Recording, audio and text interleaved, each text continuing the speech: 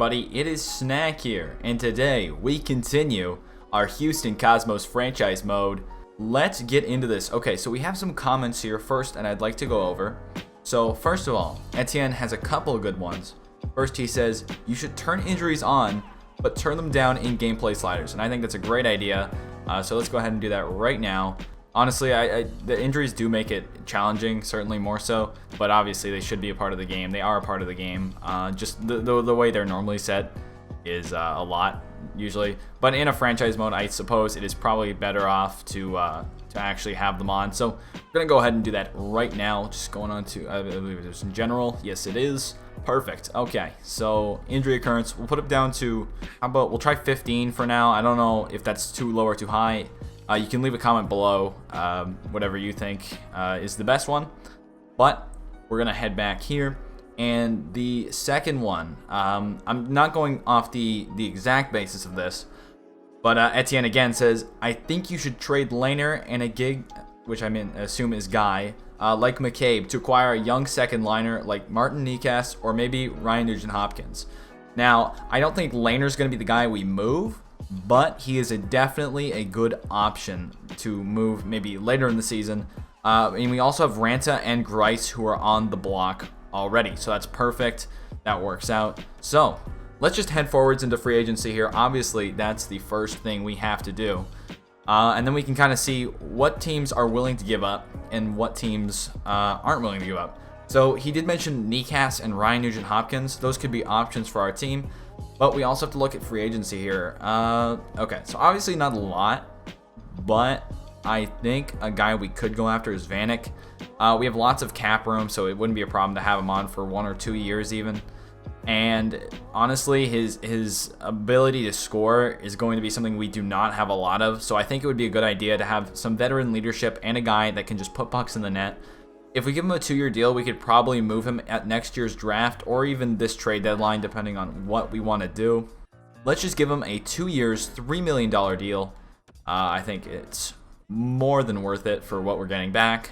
And yeah, I think that's probably all we're going to do in free agency because obviously we have a lot of guys.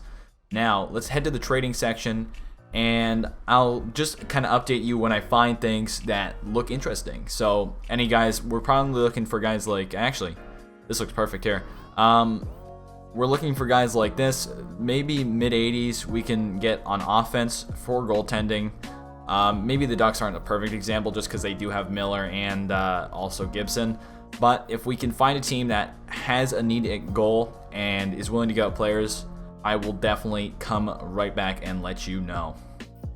Okay, so a team I think we can definitely help out is the Colorado Avalanche. Now, obviously they're a contending team, but they do need goaltending help as, well, all they have right now is Grubauer and Francouz. And while these guys aren't bad, for a team that really wants to go on a cup run, I figure they'll probably want some goalie help. So I think the guy we want back is Nazem Kadri. He'd fit perfectly into the second line, and possibly later in the year when we offload Eric Stahl, he could transition to that first line role. He's a very good player, and his cap hit is very affordable. 3 years left at 4.5. Going to goaltenders here, I believe they'll want them just because they really don't. Oh, interesting, they do not. But I think we can move him anyways. A guy like Ranta could really help their team out and give them some steady performance in net. If you just look at the value here, obviously we're ahead. I don't know if they'd accept it just because they don't want Ranta in return. I don't know if they can take a goalie right now. I guess they can because obviously it's not impossible. But we could take a guy back, obviously, just to get the contract in return. Let's take Miska or however you say it. I'm not a professional at this at all. But I think this guy could really help our team. And Ranta, I mean, he's not bad, but he just doesn't really fit into the scheme of our team right now. So I think this would be a very beneficial move. We're going to try to make this quickly. And it does. So it goes through. The Avalanche add a solid netminder in exchange for Nazem Kadri, who was traded for Tyson Barrie just a year ago. So Houston picks up a very good asset. And hopefully Kadri will be on this team for a while. So obviously this year has not been too kind to the San Jose Sharks. Now, this is another universe, but their goaltending situation is very bad right now. You got 82 Martin Jones and 82 Aaron Dell.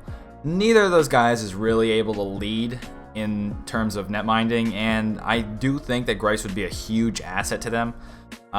This team is obviously very talented, especially on the back end, and I think putting a guy like Grice in there, it actually makes them a playoff contender just by that alone. I mean, it's really been their Achilles heel, and I think that they could truly benefit from this, and they are willing to give up draft picks. So that's why I'm trying 2 seconds and a fourth for Thomas Grice. This may be a little bit of overpayment. I'm willing to negotiate on the price, but this is what I'm looking for initially. Let's see if that goes through. It does not. I kind of expected that. I think 2 seconds is a fair enough price, though. If not, we're going to do a second, a third, and a fourth, so let's see if this goes through. It does not. Okay. I'm definitely willing to be flexible a little bit. A second, a third, and a fourth I think is more than fair in exchange for a guy that can be considered a fringe starter/starter. Will this go through? And it does. So a second, a third, and a fourth for Thomas Grice. A lot of picks there, and hopefully those guys will turn into assets in the future. I do think we can draft well, so it's good to add picks, obviously, to the cupboard. And honestly, Grice did not seem to have much value on many teams, so glad we could ship him out of here. So I think that is it for goaltender trading. Now we must move on to the defense. Obviously, some guys are going to have to be shipped out here. And I said I think it's going to be McCabe probably. He's the oldest of kind of this middle core group. He's making a little bit of money, and honestly, not too ridiculous price for what he is. And I think we can get something decent at least in return for him. Obviously, some teams will want him. So let's go check around the league and see what is available to us. Alright, so we're looking at sending Jake McCabe to the Montreal Canadiens. Obviously, their defense is iffy. They do have a few holes. I believe they have some 80s in there. Oh, not goaltending. Whoopsies. Yeah, so look at defense. It's kind of low end, and I think he'd definitely fit into their top 6, if not definitely their top 4, actually, by the looks of it. It's a really weak decor, at least up front, and I think they could really benefit from a guy like McCabe back there. They're going to give up a few picks from next year, so I assume they're planning to be good next year. They're kind of at that point in the rebuild where it's no longer acceptable just to be okay. So I think this would be a good investment for them. He's 2 years left at 2.85, so not too much of a risk there either. And for the amount of picks, I think this is a pretty good deal for them. So Jake McCabe for a second, fourth, and fifth. Will this go through? And it has. So we've moved out McCabe. We've moved out a lot of guys, but I think we have our group here that we want. Let's just see if we get Vanek. I think that's basically what we can do at this point, and then we can head into the regular season, at least the preseason. I'm going to probably play a game in the preseason just so you can see the arena. I did try pretty hard on that. So, yeah. Also, Vanek signs. Very good. I kind of skipped by that by accident, but that's okay. Let's go here, and we will sim to the next season. I will see you there. Alright, we are here at the preseason at least, and we get a look at our lineup. So this is what the head coach likes. Right now, I do not want a head coach doing my lines for me, so obviously this is kind of what we're looking at here. Kapanen actually seemingly fits onto that first line. Kadri, really loving that second line center position actually.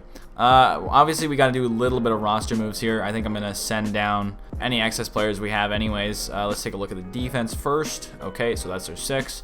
We'll need a guy kind of just sitting there. We'll probably sign someone. We can probably sign just in 70, 79 or something like that, just so we have a guy there, right, in the system. That's all looking good at Tendy. And let's go forwards. Okay, so Steves is in the minors, but I definitely want to play him in the NHL this year. I think he's capable of it. So if we look up there, actually, I think we can just send him right up. Perfect. Okay, so yeah, we're going to have a couple guys obviously playing the depth role this year, which won't be too fun for them, but you got to do what you got to do as a young team here. It's kind of a tight situation here as far as lines go. I want Lehkonen to grow because I think he definitely can. But then again, we have these younger guys, and they should be in the NHL. I'm pretty sure as far as their designated thing goes, they should be in the NHL. So, oh, okay, Nichushkin can be depth. So there is a possibility we could play these guys in the minors. It does not, wait, where's the other man? Guranov. Okay, he's a third liner, so that's not going to work. I do want Steves in there for sure. I think he's a really good player, and I think he's definitely capable of playing an NHL role this year. But Nichushkin's going to be one that goes down to the minors. We can bring a guy up. I think we have, yeah, Yurko and Street could be guys that we just bring up and have in the system, but it does say we want, what's his name? We want Gurianov to play this year because he's a third liner. So one of these guys might have to go. Barclay Goodrow obviously is already scratched. I think Vetrano might be the guy. He just kind of doesn't really fit into that fourth line archetype, and we need the space. So, sorry. I think we're going to have to make a move for Vetrano. We'll best lines it real quick and quickly make that move before we can start here. Actually, I will have to do this first. So, setting the captains this year, we will not be going with the captain. I want Eric Stahl, Kadri, and then on defense, McDonough as an assistant. So that's what we're going to go with this year. Obviously, those guys are all leaders, and I think they're capable of becoming the captain. Maybe even Nazem in future years. Stahl, obviously, a little more likely to be moved, but I think those are a good group of guys to have wearing the A's this year. And we'll kind of see when we have a leader who is going to end up getting that captaincy. So I found the Calgary Flames, and it really does look like Vetrano would be a good fit on their team. If you take a look here at forwards, they really do not have much forward depth. You have Tkachuk, Monahan, and Goudreau, and then it really drops off. You got Lindholm, Backlund, and Ryan, so you could even slot into that second line there. And then you got Jankowski, Bennett, and Lucic. So obviously, if Lucic could be playing on your third line, you might want to make a change, and I think this would be a really good move for them. I'm only asking for a third-round pick and a fifth in return. We can remove the fifth if it's too much, but I think this will go through. They do need that forward help, and I think this is a very reasonable asking price. So let's see if this will go through, and we can create some room. And it does. So there you go. We move over Toronto. Unfortunately, we just couldn't make it work with him in the lineup this year. So let's just see what we can do with these lines. I will get back to you once I have this all sorted out. Okay, so I think I have the lines set up here. These are not final. These are just what we're going to start the season with. So starting off, we have Goose, Stahl, and Koss as our first line. The 1+ overall is nice. Obviously, not too much chemistry on this team yet. And not a lot of these players are fit to play the roles they're in, especially in the top 6. So I'm really glad I can get a +1 overall there. I think this line will be basically the pinnacle of our offense. Nyquist is our number 1 scorer, almost guaranteed, and Stahl definitely going to rack up those assists, hopefully. And then having Koss on the wing, I didn't play him a lot on special teams, so that's kind of why I want him there, so he can still grow. Also, he has a good line fit. So second line then, Yarncroc, Kadri, Kapanen, obviously reuniting the duo from Toronto there in Kadri and Kapanen.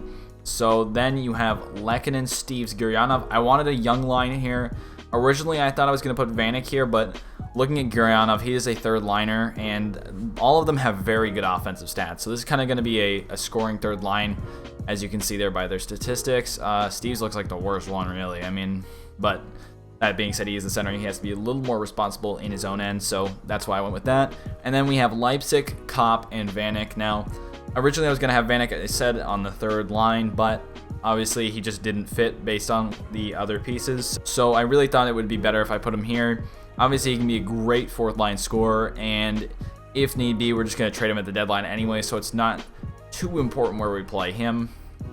Now, heading on to defense, we got McDonough and DeAngelo. I think that's a pretty solid top pairing. I know DeAngelo's not exactly your prototypical first-line defenseman, but I think he's going to have a lot of growth up there. He's very good offensively, so hopefully we see some good production from him. Then we have Dunn and Anderson. So Vince Dunn is just obviously a good young defender. I think he could get up at least one more overall with a high top 6D. Then you have Anderson on the other side, who has medium top 4 potential, so I think he can grow there as well. And with that big contract coming in, we want him to play, obviously. Then we have Hayden Fleury. Now, Hayden Fleury is on the bottom pairing, but he is very well incorporated into the special teams. I actually do like he fits in with the power play and the penalty kill, so that is beautiful for us. And then we have Carlo here, obviously beside him. Another guy with great potential, and he could definitely move into the top 4 moving forward, especially if McDonough gets moved at the deadline or something similar to that, or next at the draft, kind of depending on what we're thinking about that. In net, obviously, Lehner and Jari, and I'm going to show you the special teams really quickly. You can kind of look through these. I just tried to get good chemistry, obviously put Steves up there. We want him to be the guy going forward, and I think he can really help out. The penalty kill there, you got Kadri leading the way, and then Kopp and Kapanen on the second line. As far as the first line power play. For some reason, when you switch to special teams, it goes immediately to 4-man power play, which is weird. But here you got Steve, Stahl, and Gurianov, so young first line there, other than Stahl, obviously. And then you have Nyquist on the point, which is good. And then you have Vanek, Kadri, Kapanen, McDonough, and Fleury. So honestly, a pretty good power play there, I think. At least the best we can do for now. Then on the 4-man power play, I've already shown you that. 3-man penalty kill, Kadri, McDonough, Carlo, Kopp, Dunn, Fleury. Unfortunately, no one really fits in with the forward penalty kill strategy, so maybe we'll look to pick someone up there that can fill that role. But in the meantime, Kopp will do. He's still a good two-way forward. Extra is really not too important. I kind of left everything in the shootout the same, but at least for these, I changed them up just so we have the right guys out there. Actually, Kopp should not be in there. We have to put Steves out as much as we can this year to hopefully get him some growth. Not try to overplay him, but certainly we want him to get as much ice time and potential for goals as we can. So that is your 2019-2020 lineup for the Houston Cosmos. Looking pretty good, honestly. I'm liking the look of the team here. I think we could probably do a preseason game here in this episode. So yeah, let's just get into that. We'll do one against the Jets, I guess. We're at home. This is what I'm trying to do. So let's just see how the team sims first. We're going to sim 2 periods. I'll hop in the third. I'll just obviously show you guys the highlights if there are any. First period, we are up, and it's Fleury who scores the first ever goal, albeit in preseason. And then Vanek with a power play marker puts it past Nikulin. Obviously, this is not the Winnipeg Jets full team, but still good nonetheless. Rasmus Andersson risks one in from the high circle, and then Virtanen near the crease puts one in on Laner late in the period. So I want to skip all the way to maybe the 10-minute mark. Darn, Gustafsson scored. So we're actually going into a pretty tough situation here. You see 5-on-4 power play, and Lehkonen puts us back up on top, but Lowry immediately ties it. Lowry was one of the guys we were considering in the draft, if I do remember correctly. We're going to go with 5 minutes left. You can kind of see the atmosphere, and obviously you'll see the end of a game here. So this is going to be a pretty fun experience, I think. Let's hop right into it. And here we are in the hockey arena for your Houston Cosmos. Let's get into this here. Steves coming up ice. Good shot. Oh, and he gets it on net. Just nothing there. Throws it up to Lehkonen. Lehkonen rides up the wing. Spins off the man. Oh, and a nice pass across. Just stopped by some good defending by Boteto there. Dunn tries to get it up. It's Steves. Number 68, wearing the Yager number. He's breaking out. Oh, and he just cannot bury it there. Here goes Gurianov up the right wing. Gurianov, shot. Scores! Denis Gurianov with the goal. Houston up 5-4. What a snipe by Gurianov there. And that is his first of the preseason. Hopefully we'll see a lot more from him. Wow, it was what a rocket. Gets into the slot there, pulls up, bang. No chance for the netminder. Just absolutely bulls it past him. And now Houston has to try and hold this lead against Winnipeg with 3 minutes remaining. Up to Eric Stahl. Stahl walks. Oh, and Eric Stahl almost creates something out of nothing there. Beautiful play and a good save by Nikulin in net. Can they get a puck on net here? They've had trouble in the recent minutes, and it's picked off. A good pick by McDonough there. He's heading up ice. McDonough on the empty net. He just cannot get the shot off. 6 men on the ice for Winnipeg. They're going to have to go for it. And Dunn. Oh, he loses it. It's all he couldn't do. Nikkanen. Oh, and he just shoots it wide. 15 seconds remaining in this game. The puck's up, and it's Leipzig. And he's going to ice it. And the Houston Cosmos have won their first preseason game. Unless a miracle happens, there's still a possibility for that. But a huge goal there. That is exactly what they needed. And it is likely that Houston will pull through at this point. Wow, what a game. Exciting one to be our first in this barn. Hopefully we'll see a few more of these in the future. Virtanen comes in. Luoto, a shot, a rebound to Nikkanen. And that's going to be the end of the game. Kopp turns that one away. And Houston with a 6-4 win to cap off their first ever game in their home barn. Vanek scoring the power play marker early. He gets the first star there. Not too many stars coming out tonight, but hey, good game, good win. 35 shots, to 24. They outplayed them, and yeah, honestly, I'm just very impressed with this win. I'll see you back at the menus. All right, we're here at the regular season. We simmed through the preseason. We had an okay preseason, I thought, all things considered. A couple losses here and there, but hey, you know, shit happens. Obviously, we're not going to have the best year this year, but I think we're looking good moving forward. And yeah, I think this is where we're going to end this one off. Next video, we will start the sim. Also, something I'm going to do is a points competition. Now, I'm sure you've seen this on Sin for the Win. Obviously, go check him out. He's a great channel. But he does player predictions at the beginning of the year. So I want you to give me who you think on this roster. I can't see the roster. Good job, me. Yeah, who do you think on the roster is going to have the most points, the most goals, and that's all it's going to be this year. I know in his videos, obviously, he does the whole league, but I don't think we have enough people following yet to do that. So for this year, we're going to do, on this team, who do you think is going to have the most points? Now, if we trade for someone and they have the most points, it's not going to count for them. It's only players on this team.